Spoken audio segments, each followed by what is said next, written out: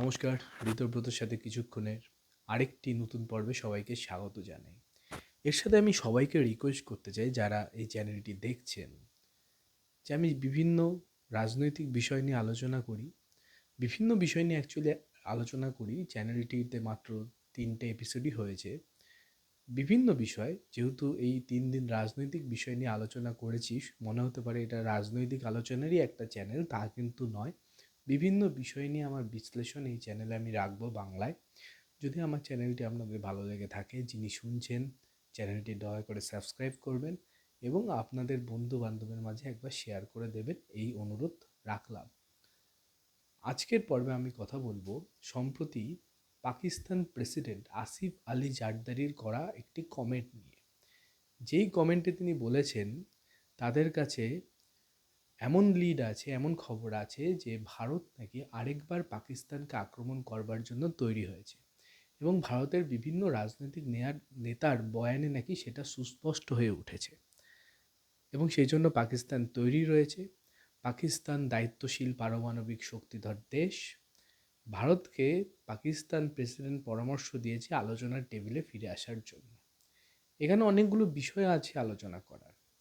প্রাথমিকভাবে পাকিস্তান প্রেসিডেন্ট যেটি প্রমাণ করতে চেয়েছেন যে তারা আদতে শান্তি চান, সেজন্যই নিজেদেরকে তারা দায়িত্বশীল পারমাণবিক শক্তিধর দেশ হিসেবে তুলে ধরতে চাইছে, অর্থাৎ যাদের মধ্যে রেসপন্সিবিলিটি আছে।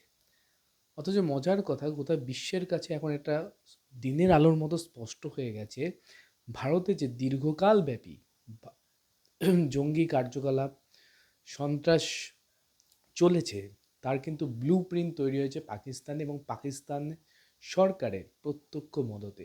যখন যেই সরকারে থাকুক না কেন, তারা কিন্তু প্রত্যক্ষ মদত দিয়েছে, তাদের মাটিকে ব্যবহার করতে দিয়েছে জঙ্গিদের, যাতে করে ভারতে এই ঘটনাগুলো ঘটানো যায় এবং ভারতকে অসুবিধার মধ্যে ফেলা যায়।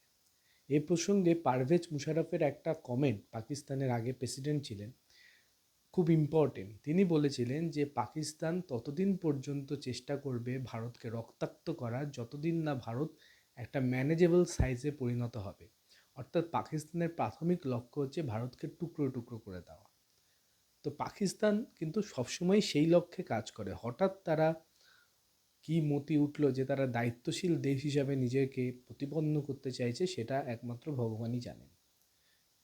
একই সাথে এর মধ্যে কিন্তু একটা প্রচ্ছন্ন হুমকিও রয়েছে। তারা বোঝাতে চাইছে যে তারাও কিন্তু পারমাণবিক শক্তিধর দেশ, অর্থাৎ ভারত আক্রমণ করলে তারাও সমুচিত জবাব দেবে।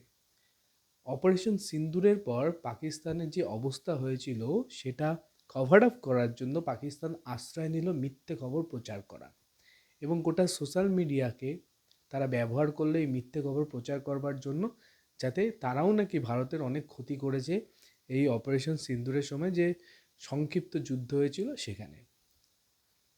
অর্থাৎ যেই দেশ সোশ্যাল নির্ভরের উপর ভিত্তি করে যুদ্ধ লড়ে, সেই দেশ ভারতের মতো দেশকে বলছে যে তারাও পারমাণবিক শক্তিধর দেশ এবং এক রকমের হুমকি দিচ্ছে যে ভারত নাকি আক্রমণ করলে তারাও ভারতের অবস্থা খারাপ করে দেবে, কারণ তাদের যেহেতু পারমাণবিক শক্তি আছে।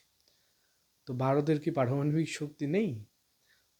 অটল বিহারী বাজপেয়ী একবার কথা বলেছিলেন কার্গিল যুদ্ধের সময়, যে ওরা যদি কোথাও এরকম নিউক্লিয়ার ওয়েপন বা কিছু অ্যাপ্লাই করে, তবে কালকে সকালে পাকিস্তান বলে কোনো রাষ্ট্র বিশ্বের মানচিত্রে থাকবে না।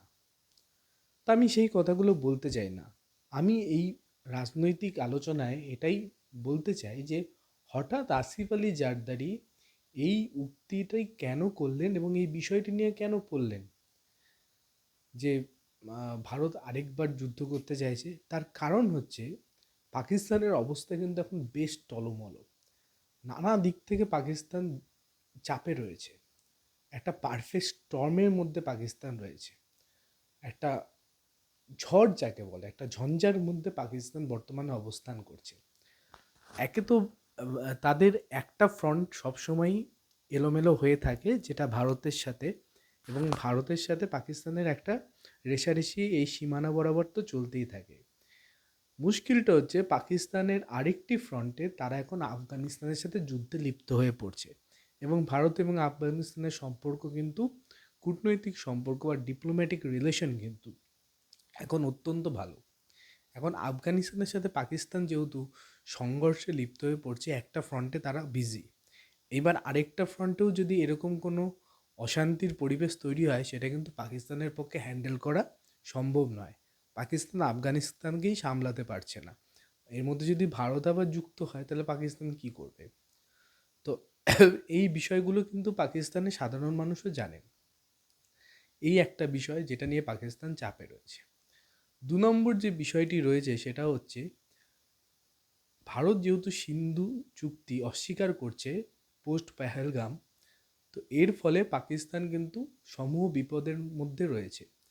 আসিফ আলী জারদারি এটাকে বলেছে যে এটা জল সন্ত্রাসবাদ ভারত যেটা করছে। এবং পাকিস্তানের যেহেতু কৃষি নির্ভর দেশ এবং কৃষির উপরই তারা ডিপেন্ড করে, আর কৃষির জন্য সিন্ধু নদের জলের ওপর।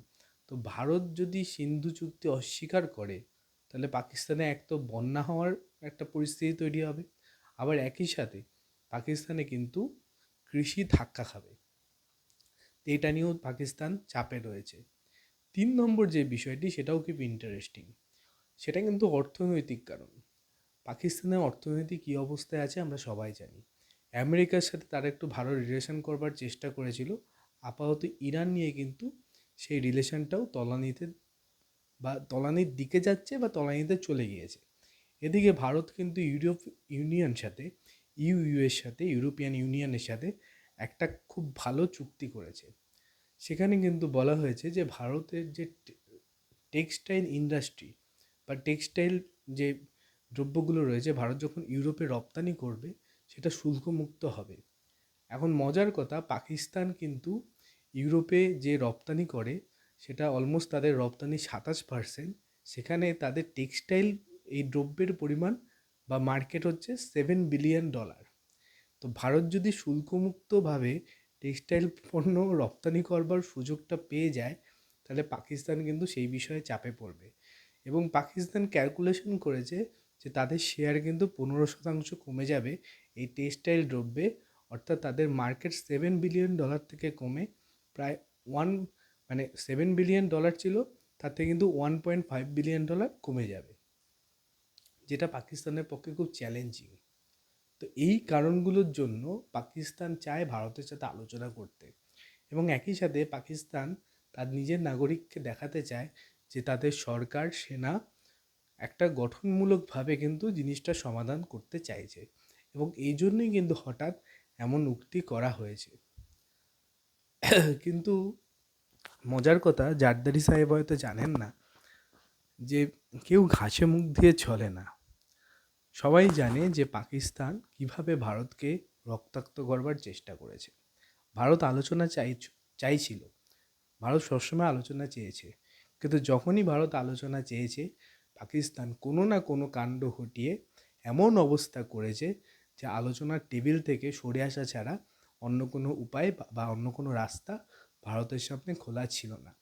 পাকিস্তান যদি বদমাইশি করে, পাকিস্তান যদি ভারতকে রক্তাক্ত করে, তবে ভারত কিন্তু অপারেশন সিন্দুরের মতোই যথাযথ জবাব দেবে। অর্থাৎ আসিফ আলী জারদারি যাই ট্রিক করুক না কেন, আমার মনে হয় ভারতের স্ট্যান্ড খুব ক্লিয়ার। ভারত কোনো রকম সন্ত্রাসমূলক কার্যকলাপ এবং যে সমস্ত দেশ এই সন্ত্রাসমূলক কার্যকলাপকে সাপোর্ট করবে সেটা ভারত আর সহ্য করবে না। That's it. থ্যাংক ইউ এতক্ষণ ধরে শোনার জন্য। ধন্যবাদ, ভালো থাকবেন।